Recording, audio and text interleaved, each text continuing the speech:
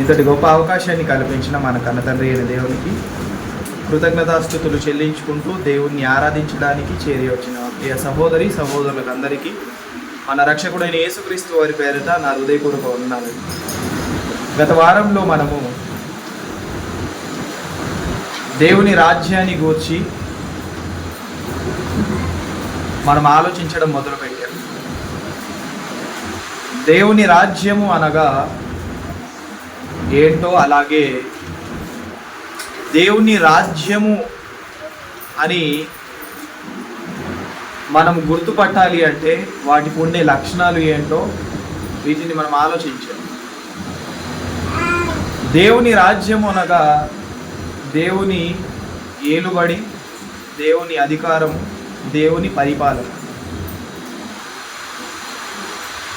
దేవుడు ఏలాడు, అలాగే ఆయన అధికారిగా ఉన్నారు, ఆయన పరిపాలన చేశారు. వీటికి ఆధారాలు కూడా మనం చూసాం. అయితే ఒక రాజ్యము నిజముగానే రాజ్యముగా పిలువబడాలి అంటే దానికి రాజు ఉండాలి, అలాగే ప్రజలు ఉండాలి. ప్రజలు క్రమంగా నడుచుకోవడానికి చట్టము ఉండాలి. అది కాక ఒకవేళ ఆ చట్టాన్ని అతిక్రమిస్తే శిక్ష అనేది కూడా ఉంటుంది. అంటే రాజు లేకపోతే అది రాజ్యముగా పిలువబడదు. ఒకవేళ రాజు ఉండి ప్రజలు లేకపోతే అది రాజ్యముగా పిలువబడే అవకాశం ఉండదు. రాజు ఉన్నాడు, ప్రజలు ఉన్నారు, మరి క్రమంగా నడుచుకునే చట్టము లేకపోతే అది రాజ్యంగా పిలువబడే అవకాశం ఉండదు.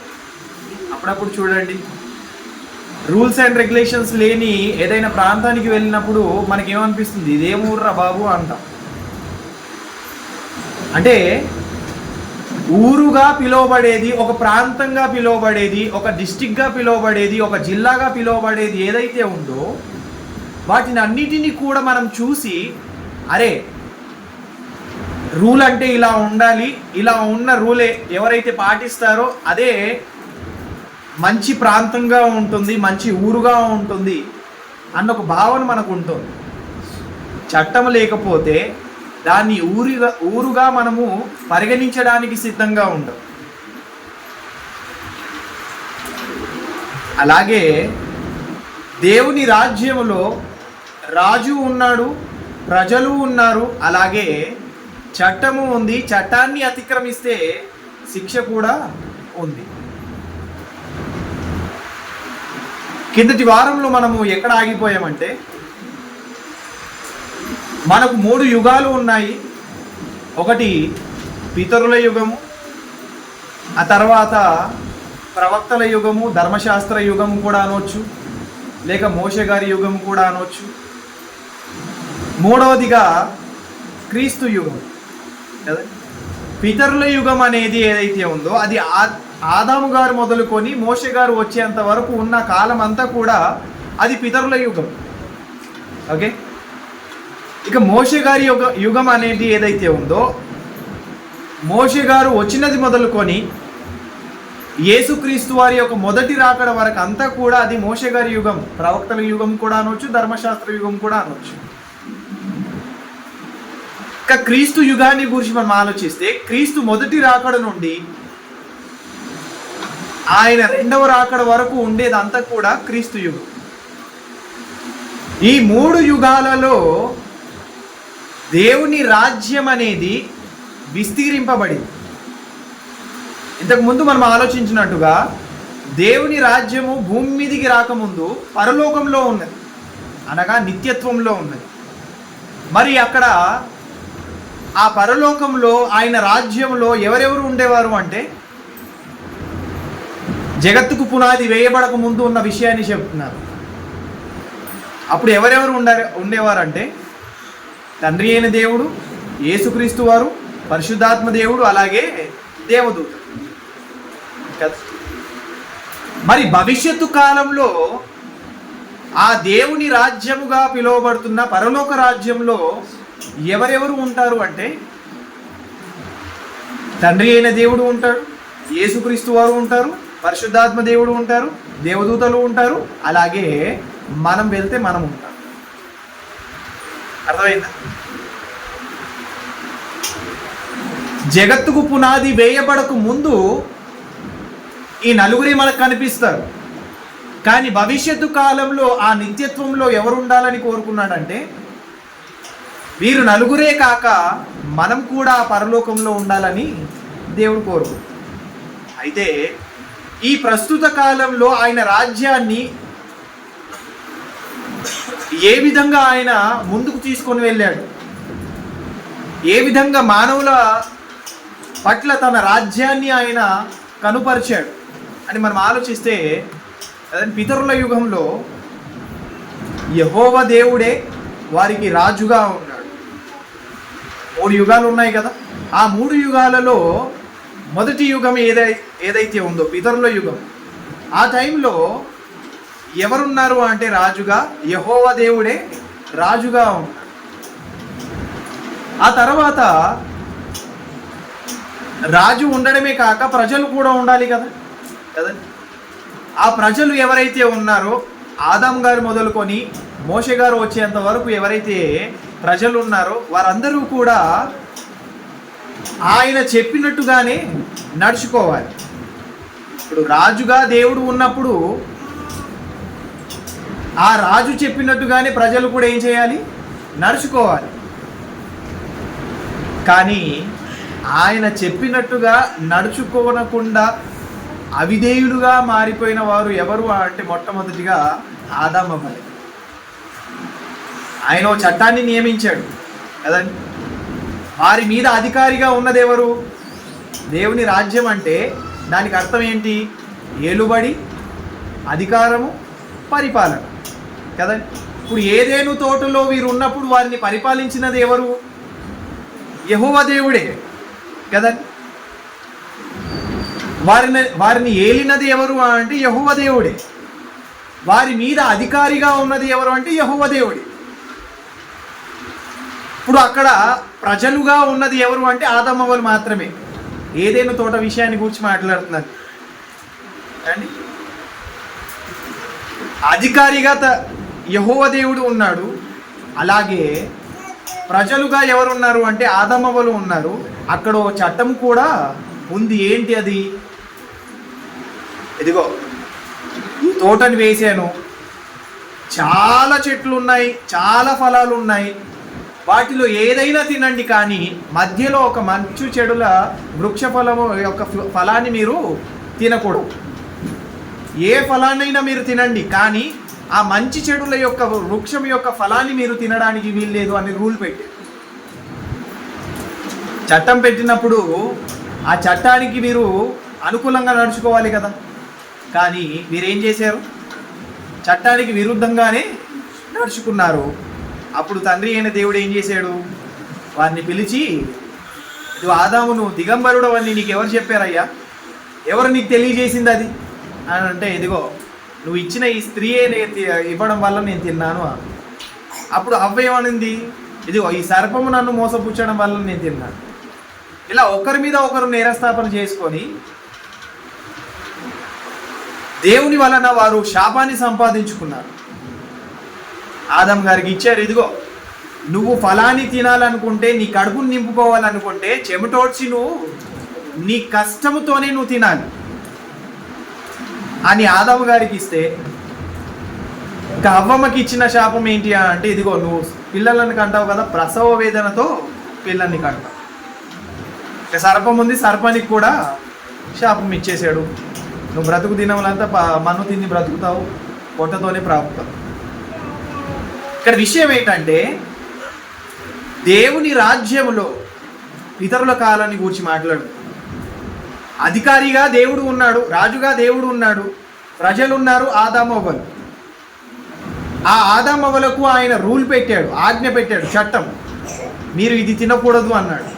కానీ వారు దాన్ని ఏం చేశారు? అతిక్రమించారు. అతిక్రమించడం వలన వారికి ఎన్నో బెనిఫిట్స్ని ఆయన తీసివేశాడు. ఏం చేశాడు? ఈ తోటలో ఉండడానికి వీలు లేదు అని చెప్పాడు. అలాగే జీవవృక్ష ఫలము తినకుండా వారికి కదండి అక్కడ దేవదూతలను అక్కడ పెట్టాడు. అలాగే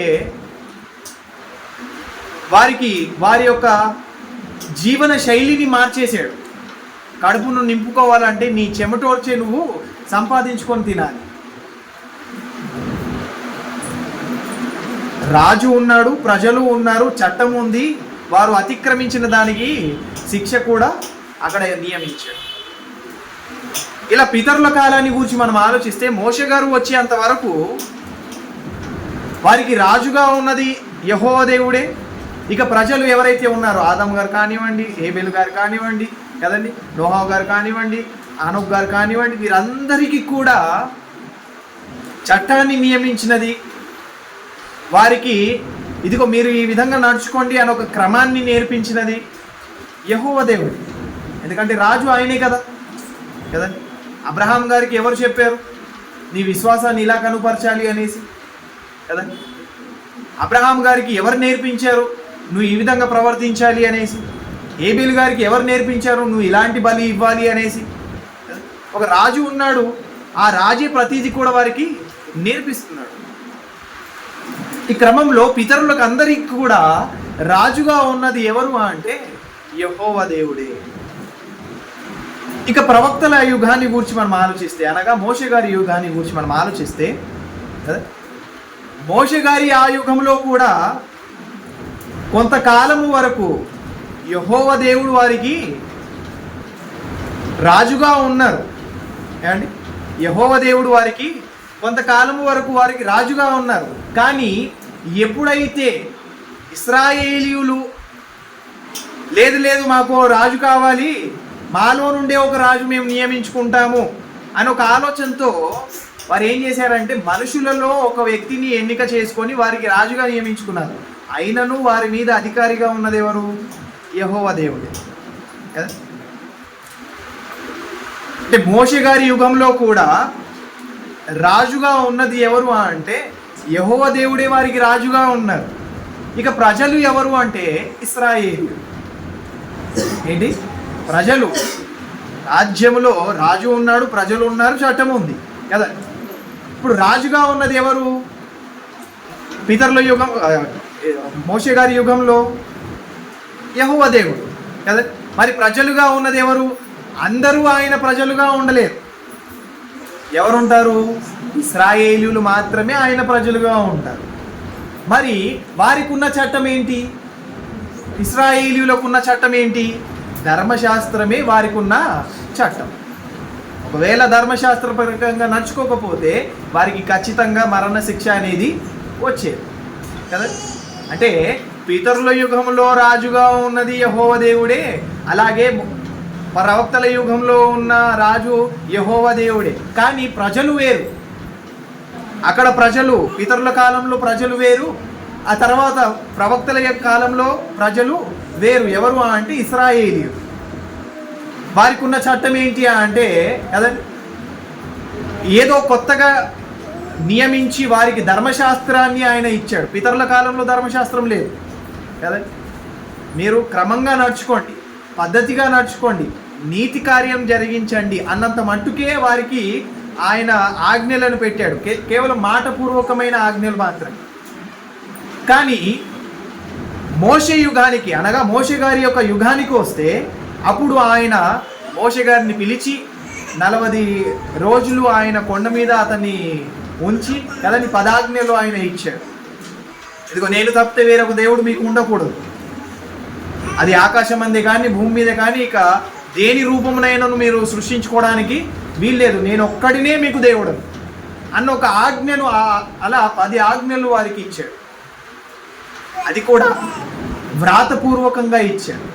పర్మనెంట్గా ఉండాలి అనేసి, వీరికి గుర్తుండాలి. ఇలా ఆ క్రమంలోనే వారి యొక్క ప్రయాణంలో ఇంకా ఎన్నో ధర్మశాస్త్ర విధులను వారికి తెలియజేశాడు ఆయన. అంటే ఇక్కడ చట్టము ఇశ్రాయేలీయులకు ఎవరు ఏంటి అంటే ధర్మశాస్త్రమే వారి యొక్క చట్టము. ఆ చట్టానికి అతీతంగా ప్రవర్తిస్తే వారికి ఖచ్చితంగా వారి యొక్క దోషక్రియలను బట్టి శిక్షణ వచ్చేది. అలాగే క్రీస్తు యుగానికి వస్తే, క్రీస్తు యుగానికి రాజు ఎవరు అంటే క్రీస్తే రాజు. మరి ప్రజలు ఎవరు అంటే ఆయన రక్తము చేత ఎవరైతే కడగబడ్డారో, పరిశుద్ధులుగా చేయబడ్డారో, ఆయన సంఘములో చేర్చబడ్డారో వారే ఆయన ప్రజలు.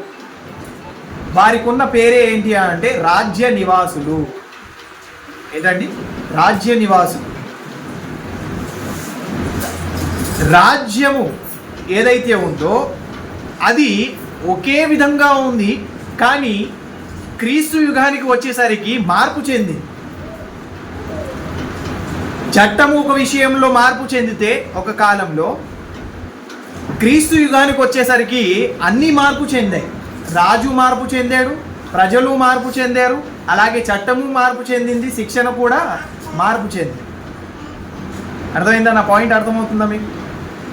పితరుల కాలంలో ఉన్న రాజ్య విధులు వేరు, మోషే గారి యొక్క యుగంలో ఉన్న రాజ్య విధులు వేరు, ఇక క్రీస్తు యుగంలో ఉన్న రాజ్య విధులు వేరు. ఆ రాజు కూడా వేరే కదా. పితరుల యుగంలో, ధర్మశాస్త్ర యుగంలో రాజుగా ఉన్నది ఒకరే, యెహోవా దేవుడు. కానీ పితరుల యుగంలో ధర్మశాస్త్రం లేదు అండి. ఇక్కడ మోషే గారి యుగంలో ధర్మశాస్త్రం అనేది ఉంది, అది కూడా వ్రాతపూర్వకంగా. ఆయా కాలాలలో ఆయన తన ఆజ్ఞలను మార్చుకుంటూ వచ్చాడు, ఆయా కాలాలలో వారి యొక్క విధులను మార్చుకుంటూ వచ్చాడు. ఈ క్రమంలోనే క్రీస్తు యుగానికి వచ్చేసరికి క్రీస్తు యుగంలో రాజుగా ఉన్నది ఎవరు అంటే యేసుక్రీస్తు వారే. అలాగే ఆ రాజ్యానికి ప్రజలు ఎవరు అంటే క్రైస్తవులు. పితరుల యుగంలో నార్మల్గా ఆర్డినరీ పర్సన్స్ అనగా నీతిమంతులైన వారు ఆయన ప్రజలైతే, ధర్మశాస్త్ర యుగంలో ఇశ్రాయేలీయులు ఆయన ప్రజలైతే, క్రీస్తు యుగంలో క్రీస్తు రాజుగా ఉండి క్రైస్తవులే ఆ రాజ్యానికి ఏమై ఉన్నారు? ప్రజలై ఉన్నారు. క్రొత్త నిబంధననే ఆ రాజ్య నివాసులకు ఉన్న చట్టము. ఒకవేళ ఆ రాజ్య నివాసు యొక్క చట్టాన్ని అతిక్రమిస్తే వారు ఆ శిక్షణను ఖచ్చితంగా అనుభవిస్తారు. ఇవన్నీ కూడా క్రమముగా ఆయన కాలానుగుణంగా వాటిని తెలియజేసుకుంటూ వచ్చాడు. అందుకే హెబ్రీయులకు రాసిన పత్రిక 1వ అధ్యాయము 1వ వచనంలో ఈ 3 కాలాలను గూర్చి జ్ఞాపకం చేస్తూ,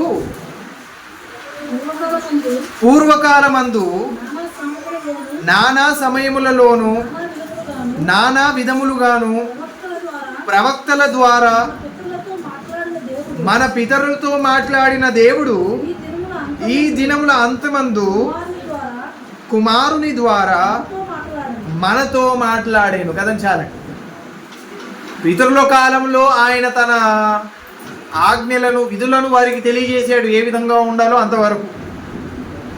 ఎందుకంటే కాలానుగుణంగా ఆయన మార్చుకుంటూ వచ్చాడు. వారికి అంత జ్ఞానం లేదు కాబట్టి తెలిసి తెలియని ఆ కాలంలో వారిని ఏం చేశాడంటే కొన్ని విషయాల్లో ఎక్స్క్యూజ్ చేసుకుంటూ వచ్చాడు. ఆ తర్వాత మోషే గారి యొక్క యుగం ఉంది, అనగా ధర్మశాస్త్ర యుగము. ఆ ధర్మశాస్త్రంలో ధర్మశాస్త్రాన్ని ఆయన పెట్టాడు. ధర్మశాస్త్రానికి వ్యతిరేకంగా ఏదైనా ప్రవర్తిస్తే వారు శిక్షను అనుభవించారు. ఇక క్రీస్తు యుగానికి వస్తే యేసుక్రీస్తు వారే ఆ రాజ్యానికి రాజుగా ఉన్నారు, అనగా దేవుని రాజ్యానికి ఆయన రాజుగా ఉన్నారు.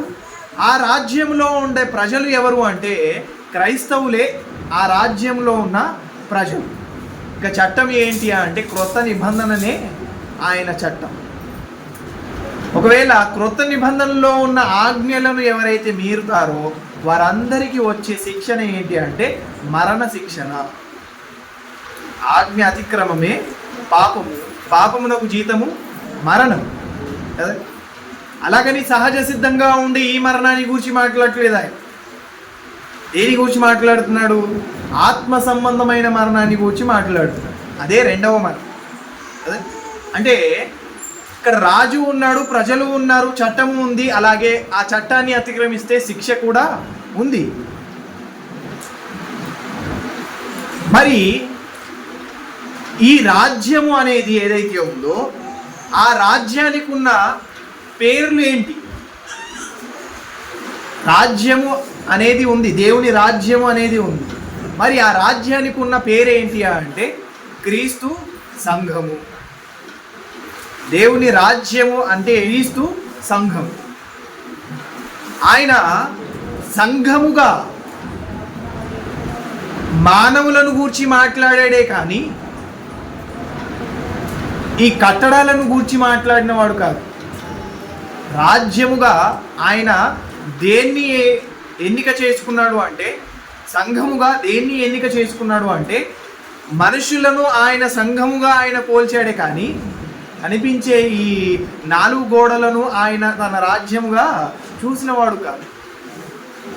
ఆనాటికే చాలామంది దేవుని రాజ్యము వస్తుంది, ఇంకా రాలేదు అనే ఒక ఆలోచనతో ఎదురు చూస్తుంటే అప్పుడు యేసుక్రీస్తు వారు చెప్పిన మాట ఏంటంటే, ఇదిగో రాజ్యము మీ మధ్యనే ఉన్నది. లూకా సువార్త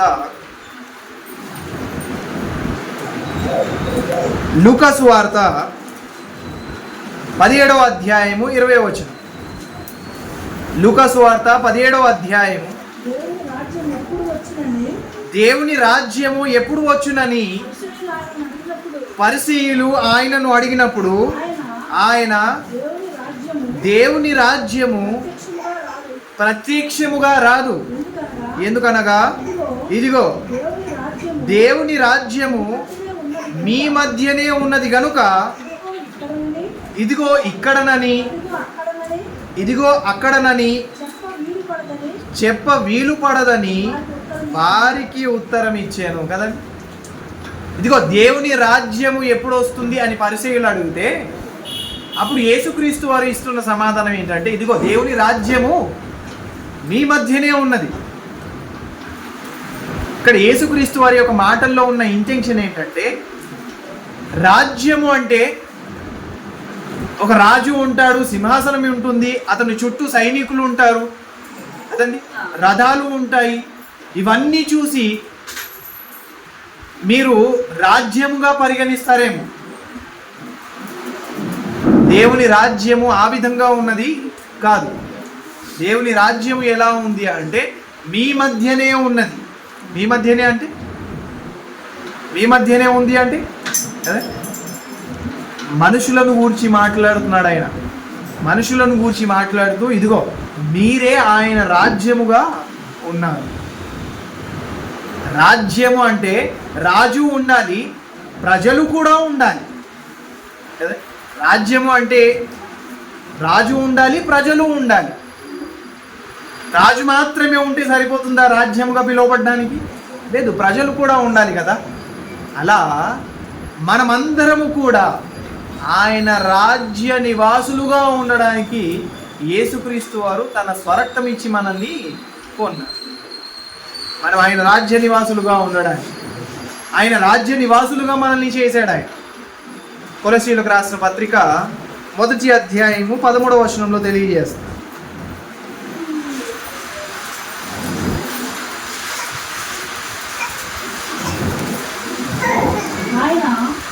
కొలస్సీయులకు రాసిన పత్రిక 1వ అధ్యాయం 13వ వచనం, ఆయన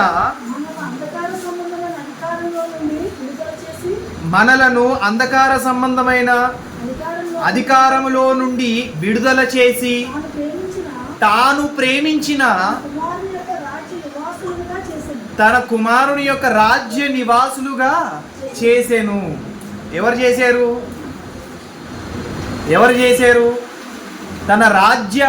తన కుమారుడైన రాజ్య నివాసులుగా మనల్ని చేశాడు. ఎవరు చేశారు అలాగా? తండ్రి అయిన దేవుడు తన కుమారుడైన యేసుక్రీస్తు వారి యొక్క రాజ్య నివాసులుగా మనలను చేశాడు. అర్థమైందా? మరొకసారి చదువుతాం మాట. 1వ అధ్యాయం 13వ వచనంలో, ఆయన మనలను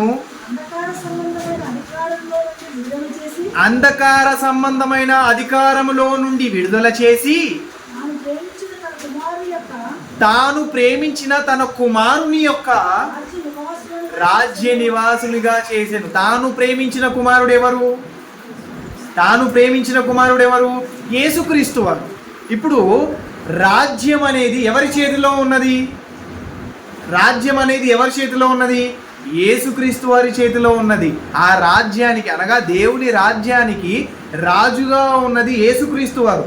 ఆ రాజుకి మనలందరినీ కూడా ఆయన ఏం చేశాడు అంటే రాజ్య నివాసులుగా చేశాడు. ఎవరు చేశారు అలాగా? తండ్రి అయిన దేవుడు చేశాడు, యేసుక్రీస్తు వారు కాదు. అంటే మనమందరం కూడా ఇప్పుడు ఎవరి అధికారం కింద ఉన్నవారము ఏమండి?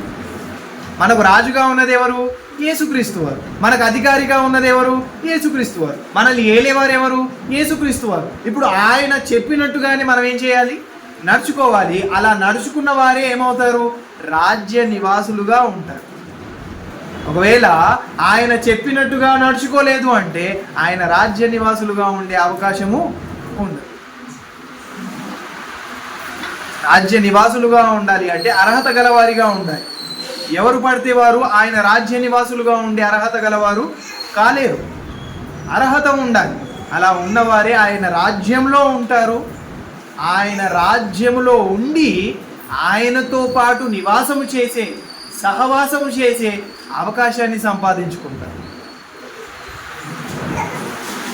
అందుకే ప్రకటన గ్రంథంలో కూడా 1వ అధ్యాయం 6వ వచనం, ప్రకటన గ్రంథము 1వ అధ్యాయం 6వ వచనంలో మనలను ప్రేమించుచు తన రక్తము వలన మన పాపములో నుండి మనలను విడిపించిన వానికి మహిమయు ప్రభావమును యుగ యుగములు కలుగునుగాక. ఆమేన్. ఆయన మనలను తన తండ్రి అయిన దేవునికి ఒక రాజ్యముగాను యాజకులను గాను చేశాను. ఎలా చేశాడంట? తన తండ్రి అయిన దేవునికి మనలను రాజ్యముగాను యాజకులను గాను చేశాడు. ఎందులో నుండి విడిపించి? అంధకార సంబంధమైన అధికారంలో నుండి మనల్ని విడిపించి యేసుక్రీస్తు వారి యొక్క రాజ్యములో తండ్రి అయిన దేవుడు మనల్ని నివాసులుగా చేస్తే, రాజ్య నివాసులుగా చేస్తే, యేసుక్రీస్తు వారు కూడా చేసినది ఏంటంటే తన స్వరక్తం ఇచ్చి మనల్ని ఏం చేశాడు? కొన్నాడు. కొని ఆయన ఏం చేశాడు? తండ్రి అయిన దేవునికి ఆయన రాజ్యముగాను యాజకులను గాను మనల్ని చేశాడు. అందుకే అంటారు కదా, పేతురు గారు రాసిన పత్రిక మొదటి పత్రిక 2వ అధ్యాయం 9వ వచనంలో, అయితే చీకటిలో నుండి ఆశ్చర్యకరమైన తన వెలుగులోనికి పిలిచిన వాని గుణాతిశయములను ప్రచురము చేయు నిమిత్తము ఏర్పరచబడిన వంశమును రాజులైన యాజక సమూహమునై ఉండి దేవుని సొత్తైన ప్రజలనై ఉన్నాము. మనం ఏంటంట? అంధకార సంబంధమైన అధికారంలో నుండి విడిపింపబడ్డాము. విడిపింపబడి మనం ఏమయ్యాము అంటే తండ్రి అయిన దేవునికి రాజ్యముగా ఉన్నాము. అలాగే యాజకులుగా కూడా ఉన్నాము. ఎవరి వలన అలా జరిగింది? వాస్తవానికి మనం అసలు ఎన్నికల్లో లేని వారం. ఆయన రాజ్య నివాసులుగా ఉండే అర్హత మనకు లేదు. కానీ ఆయన రాజ్య నివాసులుగా ఉండే అర్హతను ఆయన ఎలా కల్పించాడు? యేసుక్రీస్తు వారి యొక్క అమూల్యమైన రక్తము చేత మనల్ని కడిగి ఆయన తన రాజ్యానికి మనల్ని రాజుగాను యాజకులను గాను నియమించుకున్నాడు. అందుకే ఆయన ఏర్పరచుకున్నాడు. అనాది కాలంలోనే మనల్ని ఆయన కోరుకోవడానికి, అనాది కాలంలోనే మనల్ని గూర్చి ఆయన సంకల్పం వేసుకోవడానికి గల కారణం ఏంటంటే భవిష్యత్తు కాలంలో, ఇదిగో ఇప్పుడున్న ప్రస్తుత కాలంలో నేను ఉన్నాను, యేసుక్రీస్తు వారు ఉన్నారు, పరిశుద్ధాత్మ దేవుడు ఉన్నారు, అలాగే దేవదూతలు ఉన్నారు. కానీ భవిష్యత్తు కాలంలో వీరు నలుగురే కాక ఎవరు కూడా ఉండాలి? మానవులుగా నేను పుట్టిస్తున్నానే, వీరు మరణించి తిరిగి ఆ నిత్యత్వంలోనికి చేరుకోవాలి, మనతో పాటు వారు ఉండే అర్హత గలవారిగా ఉండాలి అని ఒక గొప్ప సంకల్పాన్ని యేసుక్రీస్తు వారి యొక్క అమూల్యమైన రక్తము చేత ఆయన నియమించారు. అందుకే ఆయన రక్తము వలన వచ్చినదే ఏంటి అంటే క్రొత్త నిబంధన. ఆయన రక్తంలో కడగబడిన ప్రతి ఒక్కరూ కూడా ఆయన రాజ్య నివాసులుగా ఉండే అర్హత గలవారు. ఆయన రక్తంలో కడగబడిన ప్రతి ఒక్కరూ కూడా వారి మీద ఉండే చట్టం ఏది అయితే ఉందో అంటే అది క్రొత్త నిబంధనే వారి మీద ఉన్న చట్టం. క్రీస్తు రక్తంలో కడగబడిన ప్రతి ఒక్కరూ కూడా దేని కిందికి వస్తారు అంటే క్రొత్త నిబంధన కిందికి వచ్చిన వారు. రాజ్యాన్ని గూర్చి పాత నిబంధనలోనే ఎన్నో విషయాలను తెలియజేశారు కదా, ఎన్నో విషయాలను తెలియజేశారు. ముందుగానే వాగ్దానం చేశాడు, ఇదిగో నేను ఒక క్రొత్త నిబంధనను నేను కలగజేస్తున్నాను, క్రొత్త నిబంధనను నేను సృష్టిస్తున్నాను, క్రొత్త నిబంధనను నేను స్థాపిస్తాను. క్రొత్త నిబంధనను గూర్చి పాత నిబంధనలోనే మాట్లాడాడు అంటే ఆ పాత నిబంధనను ఆయన ఏం చేయాలనుకున్నాడు కదా, తీసివేయాలనుకున్నాడు.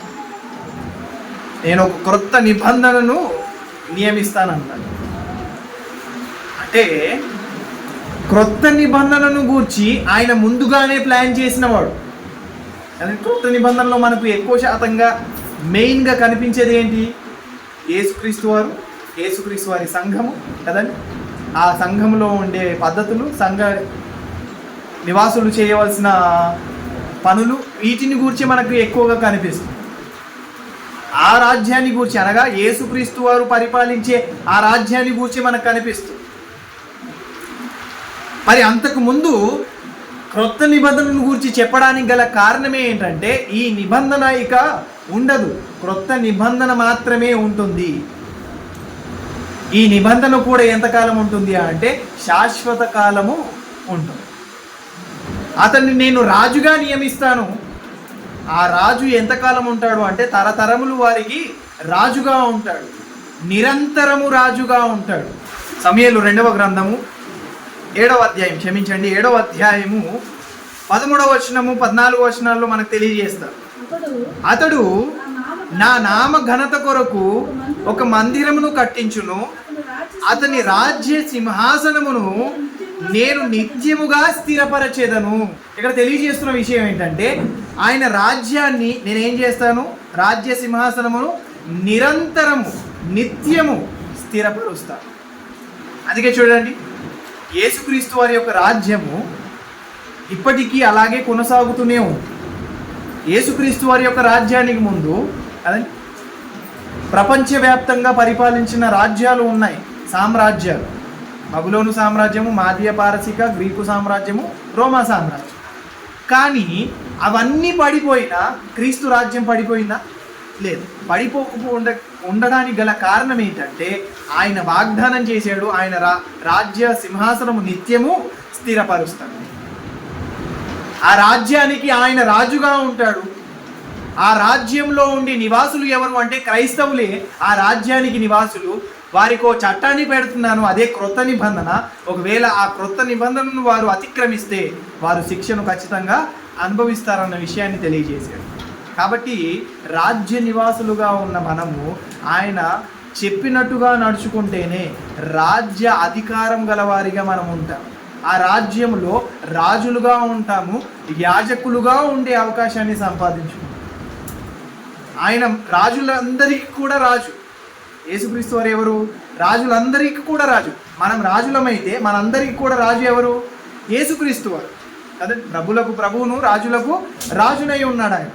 అంటే ఈ రాజులందరికీ కూడా అనగా క్రైస్తవులుగా ఉన్న వారు ఎవరైతే ఉన్నారో వారందరూ కూడా రాజులైతే వారందరికీ కూడా పైగా ఉన్న రాజు ఎవరు? యేసుక్రీస్తు వారు. మనమందరము కూడా యాజకులమైతే ప్రధాన యాజకుడు ఎవరు? యేసుక్రీస్తు వారు. అలా మనమందరం కూడా అధికారం గలవారిగా ఉండాలి, అర్హత గలవారిగా ఉండాలి, ఆయన రాజ్య నివాసులుగా ఉండాలి. అంటే ఖచ్చితంగా ఎందులో పాలు పొందాలో తెలుసా? ఆయన రాజ్యపు బల్లలో మనం పాల్పొందాలి. ఆయన రాజ్యపు బల్లలో ఎవరైతే పాలు పొందారో అది కూడా యోగ్యమైన రీతిగా వారు ఆయన రాజ్య నివాసులు కాలేదు. ఆయన రాజ్యపు బల్లలో మనం చేయి వేయాలి. అలా ఆయన రాజ్య బల్లలో మనం చేయి వేసే అర్హత గలవారిగా ఉండాలంటే కదండి కొత్తగా జన్మించాలి, క్రీస్తు సంఘంలోనికి చేర్చబడాలి. చేర్చబడిన తర్వాత ఆయన రాజ్యపు భోజనపు బల్లలో మనం పాలు పొందే అవకాశాన్ని సంపాదించుకుంటాము. ఆ అవకాశాన్ని సంపాదించుకున్న మనము యోగ్యమైన ప్రవర్తన గలవారిగా ఉంటేనే అప్పుడు మనం ఆయన రాజ్య బల్లలో చేవేసే అర్హతను పొందుకుంటాం.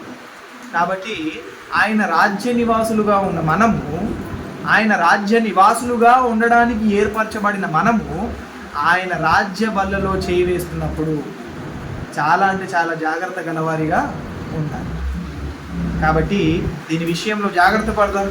ఆ బల్లలో చేయి వేసి మనమందరము కూడా ఆయన రాజ్య నివాసులమన్న విషయాన్ని మర్చిపోకూడదు. ఆయన రాజ్య నివాసులుగా చేయి వేసినంత మాత్రాన అయిపోతాం అనుకుంటే పొరపాటు. యోగ్యమైన వారిగా మనం ఉంటేనే అప్పుడు ఆయన రాజ్య నివాసులుగా ఉంటాం. యోగ్యమైన ప్రవర్తన కలిగి ఉంటేనే అప్పుడు ఆయన రాజ్య నివాసులుగా ఉంటాం. ఆ విధంగా ఉండి ఆ రాజ్య బల్లలో మనం చేయవేయడానికి సిద్ధపడదాం.